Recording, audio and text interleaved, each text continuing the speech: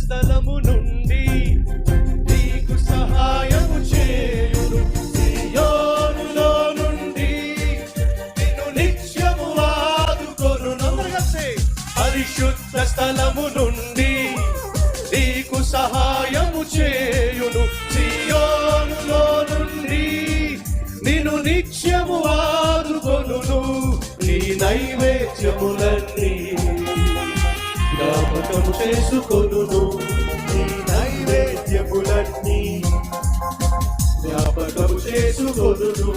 నీ దహన బలులన్నీ ఆయన అంగీకరించును. అపచార భక్తుని యెహోవా నీకు ఉత్తరమిచ్చును. యాకోబు దేవుని నామమే నిన్ను ఉద్ధరించును. యాకోబు